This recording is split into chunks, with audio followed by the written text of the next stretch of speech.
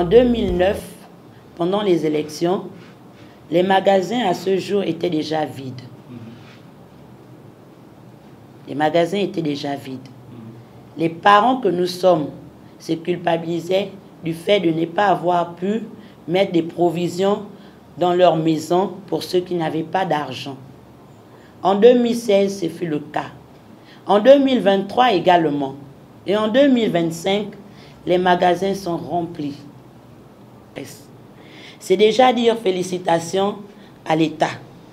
C'est déjà dire félicitations à l'armée qui est au pouvoir, qui enfin, aux yeux du monde et des nations amies, comme le dit notre si cher hymne national, a enfin pris les responsabilités en main.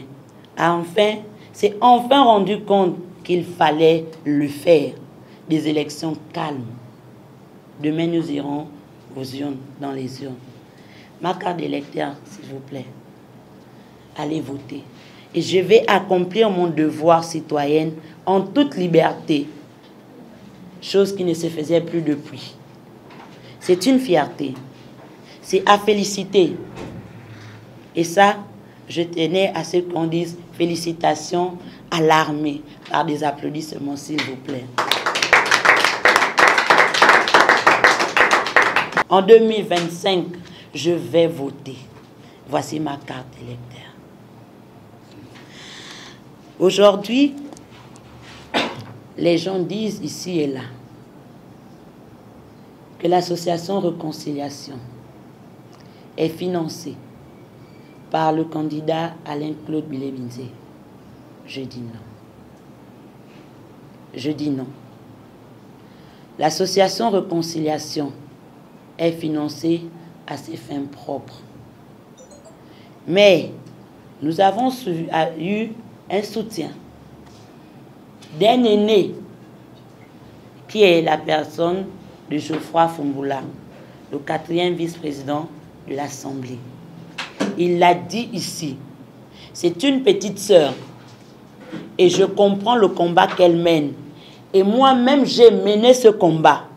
Et elle se levait pour le faire et il est nécessaire de l'accompagner. Il est nécessaire d'accompagner cette association. Et je dis merci. Par ma voix, l'association Réconciliation dit merci à l'honorable Geoffroy pour son accompagnement physique, financier et aussi moral. Nous lui disons merci. Tous les membres que nous sommes allons observer sous le contrôle du REDAC. Pourquoi? Parce que nous avons dit, le Gabon nous appartient. Nous devons être utiles pour notre pays. Nous devons être utiles pour notre pays. Les élections nous concernent. Parce que ce qui a conduit la crise de 2016, ce sont les élections. Qu'est-ce qui nous a rendus victimes? Ce sont ces élections. Et nous ne devons plus laisser ces élections se passer sans que nous ne puissions dire notre mot, apporter notre pierre à l'édifice. Et donc nous allons observer demain sous le contrôle du REDAC. Et nous disons merci au REDAC qui nous accompagne dans ce que nous sommes en train de faire. Ils ont trouvé utile que le combat que nous menons est un combat noble et qu'il est nécessaire de nous accompagner. Et nous ne demandons que ça.